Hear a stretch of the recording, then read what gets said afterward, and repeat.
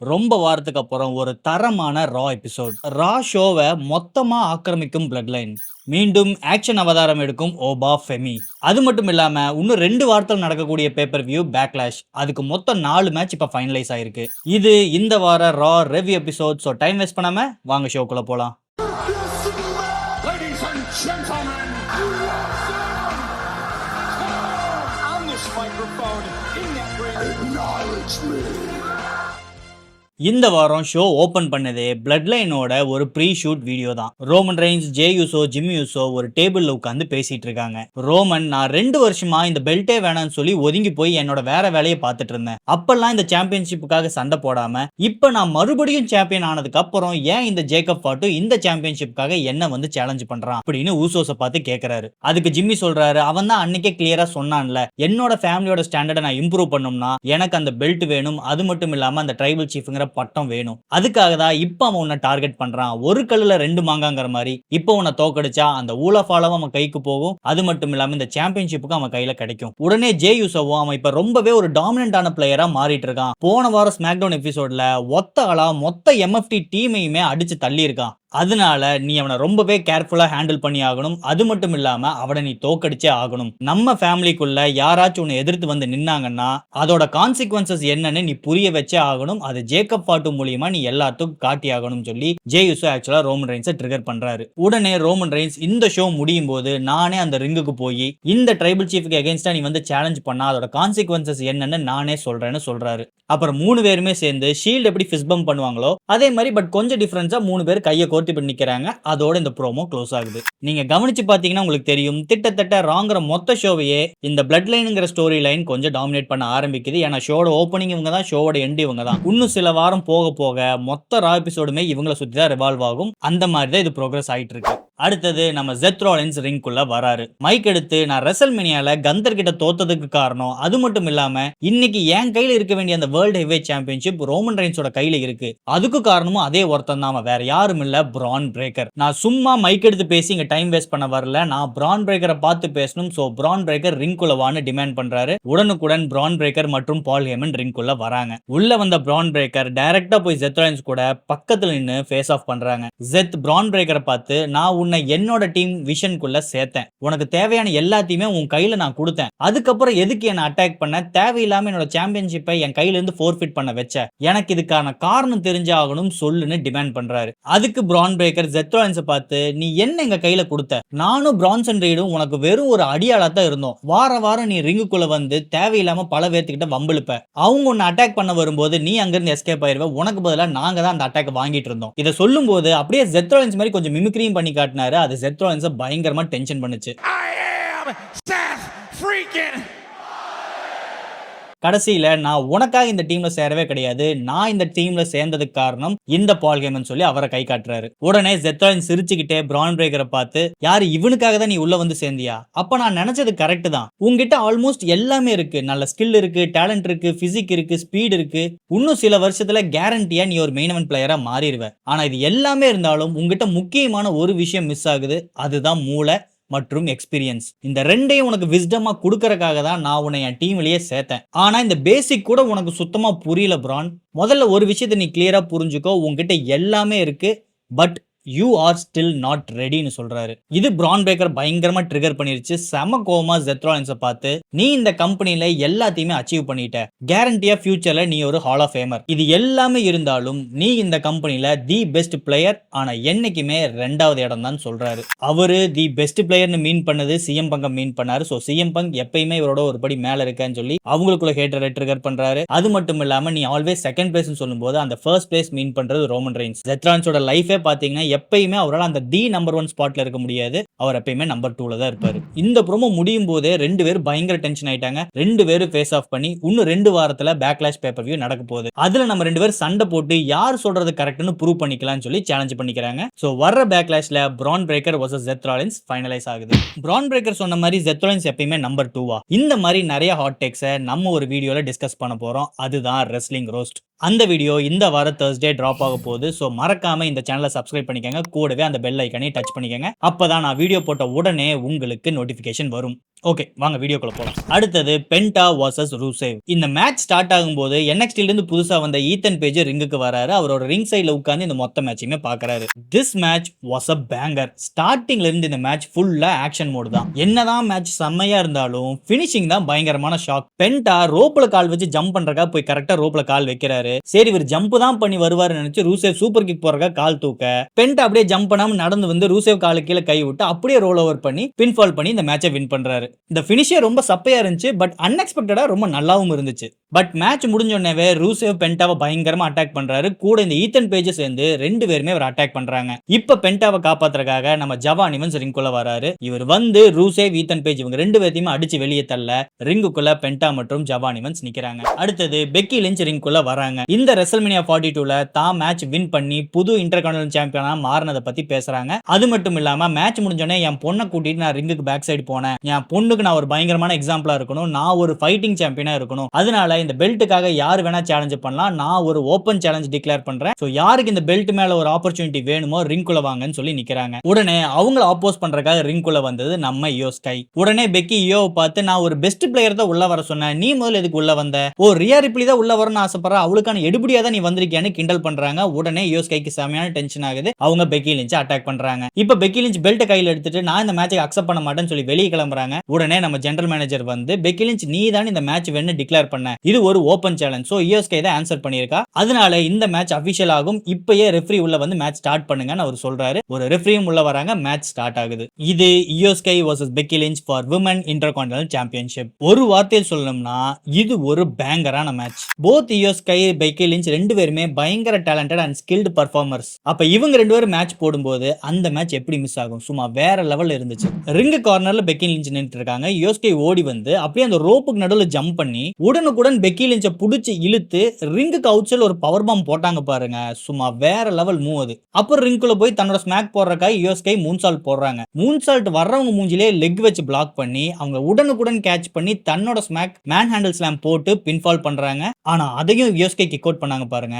செம மூமெண்ட். ஆனா கடைசியில இயோ ஸ்கை ரிங்குக்கு வெளிய இருந்து உள்ள வரும்போது கரெக்டா நம்ம ஆஸ்கா வந்து இயோ ஸ்கை டிஸ்ட்ராக்ட் பண்ணி அட்டாக் பண்றாங்க. இந்த ஆப்பர்ச்சுனிட்டி யூஸ் பண்ணி பெக்கி லிஞ்ச் தன்னோட ஸ்மாக் மேன் ஹேண்டில் ஸ்லாம் போடுறாங்க. உடனுக்குடன் பின்ஃபால் பண்ணி இந்த மேட்சோட winner and still intercontinental champion Becky Lynch. இந்த மேட்ச் முடிஞ்சோடனே ஆஸ்கா ரிங்குக்குள்ள போய் இயோ ஸ்கைக்கு தன்னோட லாக் போடுறாங்க. கடைசியில இயோ ஸ்கை மயங்கி விழுந்ததுக்கு அப்புறம் தான் ஆஸ்கா அவங்களை விட்டே வெளியே போறாங்க. இதோட ரிசல்ட்டா ஆஸ்கா vs இயோ ஸ்கை இன் பேக்லாஷ் ஃபைனலைஸ் ஆயிருக்கு. அடுத்தது ஒரு சின்ன பிரால் செக்மெண்ட். ஜோ ஹென்றி NXT ல இருந்து புதுசா அவரை கால் அப் பண்ணிருக்காங்க. அவரு ரிங்குக்கு வந்து ஒரு ஆர்கெஸ்ட்ரா செட்டப்பே போட்டு ஆக்சுவலா பாட்டு பாடுறாரு. அந்த பாட்டுல லோகன் பால பயங்கரமா கிண்டல் பண்றாரு. உடனுக்குடன் லோகன் பாலும் ஆஸ்டன் தெரியும் டென்ஷனா ரிங்குக்குள்ள வராங்க. உள்ள வந்தவங்க எல்லா எக்யூப்மெண்ட்ஸையும் தூக்கி வெளியே போட்டு ஜோ ஹென்றி பயங்கரமா அட்டாக் பண்ண இவரை காப்பாத்துறதுக்காக நம்ம ஸ்ட்ரீட் ப்ராஃபிட்ஸ் ரிங்குக்குள்ள வராங்க. பல மாசத்துக்கு அப்புறம் இப்பதான் ஸ்ட்ரீட் ப்ராஃபிட்ஸ் போன வாரம் என்ட்ரி கொடுத்தாங்க. சோ அவங்க உள்ள வந்தது இந்த டாக் டீம் சாம்பியன்ஷிப்காக தான். இப்போ இந்த டாக் டீம் சாம்பியன்ஷிப் லோகன் பால் மற்றும் ஆஸ்டன் தியரி டீம் விஷன் கிட்ட தான் இருக்கு. சோ உள்ள வந்தவங்க டீம் விஷன் அட்டாக் பண்ணி ஜோ ஹென்ரியை காப்பாத்துறாங்க. கடைசியில 3 பேருமே ரிங்குக்குள்ள நின்னு ஜோ ஹென்ரியோட அந்த மூவ்மெண்ட் காட்டிட்டு இருக்காங்க. அதோட இந்த செக்மெண்ட் க்ளோஸ் ஆகுது. இது ஒரு பியூர் ஃபில்லர் செக்மெண்ட் தான். அடுத்து ரால் இருக்கிற டாக் டீம் சாம்பியன்ஸ்க்காக Street Profits vs team Vision தான் ஸ்டோரி லைன். அதுக்கான ஒரு சின்ன ப்ரோக்ரஷனுக்கு இந்த செக்மெண்ட்டை யூஸ் பண்ணிக்கிட்டாங்க.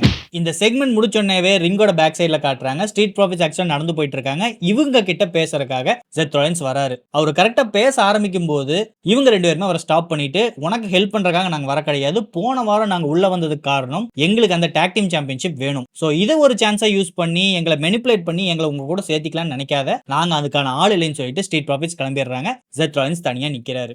அடுத்தது எல் கிராண்டே அமெரிக்கானோ vs ரே மிஸ்டீரியோ. இந்த ரே மிஸ்டீரியோக்கு வயசு ஆகுமா இல்ல ஆகாதா? எப்படித்தான் இந்த வயசுல இந்த மனுஷன் இப்படி பெர்ஃபார்ம் பண்றான்னு எனக்கு சுத்தமா புரிய மாட்டேங்குது. இன்னுமே ஜங்குன்னு குதிச்சு ஓடிட்டு இருக்காரு. அதே மாதிரி ஆப்போசிட்ல இருக்கிற அந்த அமெரிக்கானோட மாஸ்க்குள்ள யார் இருக்காங்க நமக்கு நல்லாவே தெரியும். அதுதான் லூட்விக் கைசர். தான் ஒரு ஜெர்மனாவே இருந்தாலும் அந்த மாஸ்க் போட்டு ஒரு மெக்சிகன் கேரக்டர் போர்ட்ரே பண்ணதுக்கு அப்புறம் அந்த மனுஷன் ரொம்பவே இன்வால்வ் ஆகி ஆக்சுவலா மெக்சிகனும் கத்துக்கிட்டாரு. லூச்சாடோட ஸ்கில் செட்டை பயங்கரமா இம்ப்ரூவ் பண்ணிட்டு ஆல்மோஸ்ட் ஒரு ப்ராப்பர் லூச்சாடோரவை இப்ப மாறி இருக்காரு. அவருக்கு இப்ப ட்ரிபிள் ஏ சைடு போனா பயங்கரமான ஃபேன் பேஸ் இருக்கு. அவர் ஜெர்மன் சொன்னா அங்க இருக்கிற எவனுமே ஒத்துக்க மாட்டான். மாட்டான், அந்த லெவல் இப்ப பெர்ஃபார்ம் பண்ணிட்டு இருக்காருங்க. அப்புறம் நம்ம அமெரிக்கா கூட அடியால 2 பேர் சுத்திட்டு இருக்காங்கல்ல. சோ மிட் மேட்ச்ல ஒருத்த அம்பையரை டிஸ்ட்ராக்ட் பண்ணி ரே மிஸ்டரியோ அட்டாக் பண்ண பார்க்கறான். இன்னொருத்தன் அப்படியே இந்த பக்கம் வந்து அந்த அமெரிக்காவோட மாஸ்க்குள்ள அந்த ஸ்டீல் பிளேட் எப்பயுமே வைப்பார்ல, அது வைக்க ட்ரை பண்ணிட்டு இருக்கான். இப்ப கரெக்ட்டா ரே மிஸ்டரியோ அங்கிருந்து எஸ்கேப் ஆகி இந்த பிளேட் வைக்க பார்க்கறான் பாத்தீங்களா, அவனுக்கு ஒரு 619 அடிச்சிட்டு அப்படியே ரே மிஸ்டரியோ அந்த பக்கம் போய் ரெஸ்ட் எடுக்கிறாரு. இந்த கேப்ல அமெரிக்கான அந்த ஸ்டீல் பிளேட் எடுத்து தன்னோட மாஸ்க்குள்ள வைக்க ட்ரை பண்றாரு. கரெக்ட்டா இவர் ஸ்டீல் பிளேட் மண்டைக்குள்ள வைக்கும்போது கரெக்ட்டா ஓஜி எல் கிராண்டே அமெரிக்கானோ வந்து அதை தடுக்கிறாரு. இந்த டிஸ்ட்ராக்ஷன் யூஸ் பண்ணி நம்ம ரே மிஸ்டரியோ 619 மற்றும் அவரோட ஸ்பிளாஷ் போட்டு இந்த மேட்சை வின் பண்றாரு. மேட்ச் முடிஞ்சோடனே ரே மிஸ்டரியோ அந்த ஸ்டீல் பிளேட் எடுத்து உங்க 2 பேத்துக்குமே இது கையில இருக்க கூடாது, நானே இதை வச்சுக்கிறேன்னு சொல்லி தன்னோட ட்ரெஸ்ஸுக்குள்ள வச்சுட்டு அவர் ரிங்க விட்டு கிளம்பிடுறாரு. இந்த மேட்சோட பேக்ரவுண்ட் என்னன்னா, வர்ற ஏப்ரல் 31 ட்ரிபிள் ஏல இந்த OG El Grande Americano versus real El Grande Americano ஒரு மேட்ச் நடக்க போகுது. For mask versus mask. இதுல யார் தோக்குறாங்களோ அவங்க தன்னோட மாஸ்க கழட்டியே ஆகணும். அந்த மேட்சுக்கான ஒரு பில்டப்பா தான் இந்த செக்மெண்ட் இவங்க யூஸ் பண்ணிக்கிட்டாங்க. பட் இந்த மேட்ச் முடிஞ்ச உடனே 2 எல் கிராண்டே அமெரிக்கானோ பயங்கரமா அட்டாக் பண்ணிக்கிறாங்க. உடனே ரெஃபரி செக்யூரிட்டின்னு எல்லாரும் உள்ள வந்து இவங்களை ஸ்பிளிட் பண்ணி விடுறாங்க.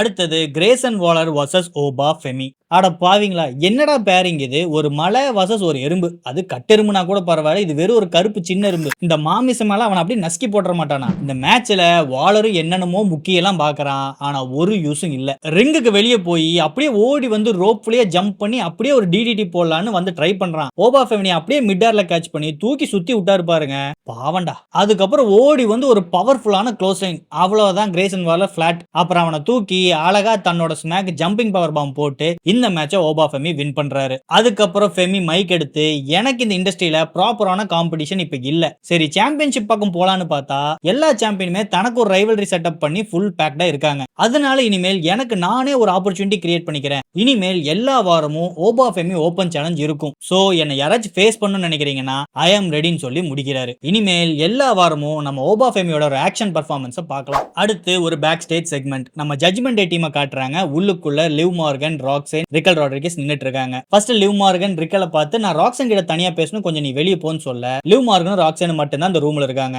ராக்சனை பார்த்து, எனக்கு நல்லாவே தெரியும் உன்ன இந்த டீமுக்குள்ள ஃபின் பேலர் தான் கொண்டு வந்தான், ஆனா இப்ப ஃபின் பேலர் இந்த டீம்ல கிடையாது, அவனை நம்ம வெளியே தள்ளிட்டோம். என்னதான் ஃபின் பேலர் உன்னை உள்ள கொண்டு வந்து விட்டிருந்தாலும் நீயும் இந்த டீம்ல ஒரு மெம்பர் நான் நம்புறேன். சோ எக்காரணத்தை கொண்டு எங்களை நீ பேக் ஸ்டாப் பண்ணிராத. அப்படி மட்டும் நீ பண்ணினா ஃபின் பேலருக்கு என்ன நிலைமையோ அதே தான் உனக்கும் சொல்லி ஒரு வார்னிங். ஆனா அதை ஃப்ரெண்ட்லியா சொல்லிட்டு லிவ் மார்கன் கிளம்புறாங்க. ராக்சன் மட்டும் தான் அந்த ரூம்ல இருக்காங்க. கொஞ்சம் டென்ஷனா யோசிச்சு இருக்கும்போது திடீர்னு பின்னாடி இருந்து ஃபின் பேலர் வராரு. ராக்சனை பார்த்து, நீ இந்த டீம்ல இருக்க தேவையில்ல, பேசாம இந்த டீம் விட்டு வந்துருன்னு கேட்க, ராக்சன் என்னால அது முடியாது, எனக்கு இந்த டீம் தான் இப்ப ஃபேமிலி, சோ இந்த மாதிரி வந்து என்ன மீட் பண்ணி என்ன ப்ளீஸ் டிஸ்டர்ப் பண்ணாதன்னு சொல்லி ஃபின் பேலரை துரத்தி விடுறாங்க. சோ இதோட டேக் அவுட் நீங்க என்னன்னு பாத்தீங்கன்னா, ஜட்ஜ்மெண்ட் டே டீமுக்குள்ள ஒரு சின்ன மிஸ் அண்டர்ஸ்டாண்டிங் போயிட்டு இருக்கு. இதே மாதிரி தான் ஃபின் பேலர் பண்ணிட்டு இருந்தாங்க. ஆனா ஆக மொத்தம் ஒரு 2 வருஷம் இழுத்தாங்க. இப்ப ராக்சனை வச்சு பண்றாங்க. இது ஒன்னு எத்தனை வருஷம் இழுப்பாங்கன்னு தெரியல. அடுத்தது Bayley and Valkyria versus Raquel Rodriguez and Roxanne. இன்ஜுரிக்கு அப்புறம் ஃபுல்லா ரெக்கவர் ஆகி இப்பதான் ராக்சைன் ரிங்குள்ளே வந்திருக்காங்க. சோ இந்த மேட்ச் முழுக்கவே ஃபேன்ஸோட ஃபுல் சப்போர்ட் நம்ம ராக்சைனுக்கு தான். இந்த மேட்ச் முழுக்கவே லிவ் மார்கன் ரிங் சைடுல நின்னு ஜட்ஜ்மெண்ட் டே டீமை மோட்டிவேட் பண்ணிட்டு இருக்காங்க. ஒரு மேட்சா இது ஒரு ஓகேஷ் மேட்ச் தான். ஒரு பாயிண்ட்ல வால்கேராவும் ரிக்கல் ராட்ரிகஸ் அடிச்சிட்டு ரிங்க விட்டு வெளியே விழ, பெய்லி ராக்சைன் மட்டும் தான் ரிங்குள்ள இருக்காங்க. கரெக்டா இந்த மொமெண்ட்ல அம்பையருக்கு தெரியாம இன்டர்ஃபியர் பண்ணி லிவ் மார்கன் பெய்லியை அடிக்கிறாங்க. இந்த ஆப்பர்ச்சுனிட்டி யூஸ் பண்ணி ராக்சைன் உடனுக்குடன் ஒரு ரன்னிங் நீ, அதுக்கப்புறம் அவங்களோட ஸ்மாக் போட்டு இந்த மேட்சோட வின்னர் ஜட்ஜ்மெண்ட் டே. அடுத்தது நம்ம ஓடிசி ரோமன் ரெயின்ஸ் ரிங்குள்ள வராரு. மைக் எடுத்து அவரோட வேர்ல்ட் ஹெவி சாம்பியன்ஷிப்பை காட்டி, இந்த சாம்பியன்ஷிப் எனக்கு ஆப்போசிட்டா கிரியேட் பண்ணப்பட்டது, நான் WWE அன்டிஸ்பியூட்டட் சாம்பியனா இருந்தப்ப வேற ஒரு டைட்டில் வேணுமேங்கறதுக்காக தான் இதை கிரியேட் பண்ணாங்க. அப்படி கிரியேட் பண்ணப்பட்ட டைட்டில் இப்ப யாரு கையில இருக்குன்னு பாருங்க. நிறைய ரெஸ்லிங் லெஜண்ட் சொன்ன மாதிரி, a title doesn't make a man, a man makes the title. நான் தான் இப்ப இந்த டைட்டிலோட ரெப்யூட்டேஷனை பல படி மேல கொண்டு வந்திருக்கேன். இப்ப இந்த டைட்டில் தான் WrestleMania 42ல, அதுவும் நைட் 2ல மெயின் இவென்ட் பண்ணுச்சு. நிறைய பேர்த்தோட கையில இந்த டைட்டில் இருந்திருக்கலாம், ஆனா என்னால தான் இந்த டைட்டிலோட ரெப்யூட்டேஷன் யாருமே தொட முடியாத அளவு உயரத்துக்கு இப்ப வந்து நின்றுருக்கு. சோ இப்ப டெக்சாஸ் மக்களே, இந்த டைட்டிலோட நிக்கிற என்ன அக்னாலேஜ் பண்ணுங்கன்னு சொல்லி டிமாண்ட் பண்றாரு. இது வரைக்கும் இந்த ப்ரோமோ செக்மெண்ட் ஒரு பியூர் கூஸ் பம்ப் தான். சும்மா இத்தனை விஷயத்தையும் லைனா பேசிட்டு வந்து அக்னாலேஜ் மீன்னு கேட்டாரு பாருங்க, சொல்லும் போதே கூஸ் பம்ப் ஆகுது. ஆடியன்ஸ் ரோமன் ரெயின்ஸ் அக்னாலேஜ் பண்ணி முடிச்ச உடனே ஜேக்கப் ஃபாட்டோட மியூசிக் ஹிட் ஆகுது. ஃபாட்டோ ரிங்குள்ள வராரு. ரோமன் ஃபாட்டோவை பார்த்து, 1 வீக் உனக்கு நான் கொடுத்த டைம் முடிஞ்சிருச்சு, உன்னோட ஃபைனல் டிசிஷன் என்ன? என் கூட சேர்ந்து ஃபேமிலியை ஸ்ட்ராங் பண்ண போறியா, இல்ல எனக்கு ஆப்போசிட்டா நின்னு ஃபேமிலியை டிவைட் பண்ண போறியா? பதில் டைட்டில் சொல்லுன்னு சொல்லி கேக்குறாரு. ஃபாட்டு எனக்கு அந்த ஒரு வார டைம் பீரியடே தேவையில்லை, நான் போன வாரம் சொன்னதுதான் இப்பயும் சொல்றேன், எனக்கு அந்த டைட்டில் வேணும். கடந்த 12 வருஷமா நான் கஷ்டப்பட்டு படிப்படியா மேல வந்திருக்கேன். நீ போன டைம் பிளட் லைன் ஒரு ஃபேக்ஷன் கிரியேட் பண்ணி சுத்திட்டு இருந்தப்ப நான் அடுத்த வேளை சோத்துக்கு வழி இல்லாம கிடைச்ச இடத்தெல்லாம் போய் சண்டை கட்டி என்ன இம்ப்ரூவ் பண்ணிட்டு இருந்தேன். அதனால நீயும் நானும் ஒரே ஃபேமிலியா இருந்தாலும் நம்ம ரெண்டு பேர்த்தோட பாதை பயங்கர வித்தியாசமானது. இப்ப நம்ம எல்லாருமே ஃபேமிலின்னு நீ சொல்ற, ஆனா நீயோ இல்ல ஜேவோ ஜிம்மியோ என்ன இந்த WWE குள்ள கொண்டு வரல, என்ன உள்ள கொண்டு வந்தது சோலோ சிக்கவான்னு சொல்றாரு. இது சொன்ன உடனே ரோமனுக்கு பயங்கரமா ட்ரிகர் ஆகுது. ஃபாட்டு பார்த்து கோவமா, நான் நினைச்சதை விட நீ பயங்கரமான முட்டாளா இருக்க, சோலோ சிக்கவானால ஒரு காஃபி கப்பை கூட இந்த கம்பெனிக்குள்ள கொண்டு வர முடியாது, உன்னை உள்ள கொண்டு வரலாமான்னு இந்த கம்பெனி கேட்ட ஆள் நான் தான் நீ உள்ள வர்றதுக்கு சைன் போட்டேன், அதனால உன்னை உள்ள கொண்டு வந்து சோலோ சிக்கவான்னு சொல்லாத, அதுக்கு காரணம் நான். நீ உள்ள வரும்போது நான் வேற நிறைய விஷயத்துல போக்கஸ்டா இருந்தனால உன்னை நான் கவனிக்கல. இந்த ஆப்பர்ச்சுனிட்டி யூஸ் பண்ணி சோலோ சிக்கவா தான் உன்னை உள்ள கொண்டு வந்துட்டேன்னு உன்னை மெனிபுலேட் பண்ணிருக்கான். உடனே இப்ப நீ ஓடி வந்து நான் சாம்பியனா மாறினதும் எனக்கு இந்த பெல்ட்டுக்காக மேட்ச் வேணும் என்கிட்ட கேட்டா, அப்படி இல்ல என்னால கொடுத்துட முடியாது, நீ இந்த சாம்பியன்ஷிப்புக்காக என்ன பண்ணிருக்க, அப்படியே நீ கேட்டதும் நான் எடுத்து கொடுத்துட்டேன்னா அதுக்கு பேரு நெப்போட்டிசம், என்னால அது பண்ண முடியாதுன்னு சொன்னதும் ஃபாட்டுக்கு ட்ரிகர் ஆயிருச்சு. ரோமோட கழுத்தை பிடிச்சி பயங்கரமா சோக் பண்றாரு. ரோமனும் தான் கையில் இருக்கிற மைக்கை வச்சு அடிச்சு எஸ்கேப் ஆலான்னு பாக்குறாரு. ஆனா ஃபாட்டு அவரை சுத்தமா விடல. உங்ககிட்ட இருக்கிற எல்லாத்தையும் நான் எடுத்துப்பேன்னு சொல்லிட்டே ரோமனை பயங்கரமா சோக் பண்றாரு. ஒரு பாயிண்ட்டுக்கு அப்புறம் ரோமன் ஃபுல்லா பிளாட் ஆயிடுறாரு. அதுக்கப்புறம் தான் ஃபாட்டு ரிங்க விட்டே போறாரு. ஃபாட்டு கரெக்டா எல்இடி ஸ்கிரீன் கிட்ட போகும்போது இப்ப ரோமன் மைக் எடுத்து, உனக்கு என்ன பேக்லாஷ்ல என் கூட மேட்ச் தான் வேணும், நான் தயார், வா மேட்ச் போட்டு பாத்துக்கலாம்னு சொல்றாரு. அதோட இந்த செக்மெண்ட் க்ளோஸ் ஆகுது. எனக்கு என்னமோ ஃபாட்டு கொஞ்சம் உணர்ச்சி வசப்பட்டு ரோமனை உண்மையாலுமே சோக் பண்ணிட்டாருன்னு தோணுது. ஏன்னா கடைசியில் ரோமன் மைக் எடுத்து பேக்லாஷ்க்கு ஓகேன்னு சொல்லும்போது அவர் மூஞ்சி அவ்வளவு ரெட்டிஷா மாறி இருக்கு, வேர்த்து சும்மா ஊத்துது. டேய் ஃபாட்டு, எங்க தலைவரே இப்பதான்டா ஃபுல் டைமரா வந்துட்டு இருக்காரு, அவரை உணர்ச்சி வசப்பட்டு உண்மையாலுமே அடிச்சு இன்ஜுரி பண்ணி மறுபடியும் பார்ட் டைமரா மாத்திராதரா, அப்புறம் சிம்பு மாதிரி மனுஷன் எப்பெல்லாம் உள்ள வராரோ அதுதான் எங்களுக்கு கம்பேக்னு சொல்லி நாங்க ஒப்பேத்திட்டு இருக்கணும். சொன்னா கேளுடா செல்லம், இதெல்லாம் வேணாண்டா, இது ஸ்கிரிப்டட் தான், நீ அடி, ஆனா வலிக்காத மாதிரி அடி, எனக்கு நடிக்க தெரியாதுங்க, எங்க அப்பா அப்படித்தாங்க வளர்த்தனாரு, அப்படி இப்படின்னு சொல்லி தலைவனை அடிச்சு ரெஸ்ட்டுக்கு போக வச்சிடாதரா. இப்பதான்டா கொஞ்சம் கொஞ்சமா ஷோ இம்ப்ரூவ் ஆயிட்டு இருக்கு, தலைவன் அப்புறம் உள்ள வரலைன்னா மொத்த ஷோவும் படுத்துரும், பாத்துக்க. அவ்வளவு ரெஸ்லர்ஸ், இந்த வாரம் உண்மையிலேயே ஒரு சூப்பரான ஷோ. தாராளமா உங்களோட 3 மணி நேரத்தை இந்த ஷோக்காக நீங்க ஸ்பெண்ட் பண்ணலாம். worth your time. பட் இந்த வார ஷோ எப்படி இருந்துச்சுன்னு நீங்க என்ன நினைக்கிறீங்கன்னு மறக்காம கமெண்ட்ஸ்ல லீவ் பண்ணுங்க. இந்த வீடியோ பிடிச்சிருந்தா லைக் பண்ணுங்க. மறக்காம ப்ரோ ரெஸ்லிங் பார்க்கக்கூடிய உங்க ஃப்ரெண்ட்ஸுக்கு இந்த வீடியோவை ஷேர் பண்ணுங்க. ஆஸ் யூஷுவல் ரொம்ப முக்கியம் சப்ஸ்கிரிப்ஷன், அப்படியே அந்த பெல் ஐக்கனை டச் பண்ணி விடுங்க. அப்புறம் வர்ற வியாழக்கிழமை நான் உங்களை ரெஸ்லிங் ரோஸ்ட் எபிசோட் 1ல சந்திக்கிறேன். அது வரைக்கும் it's me vera signing off. until next time.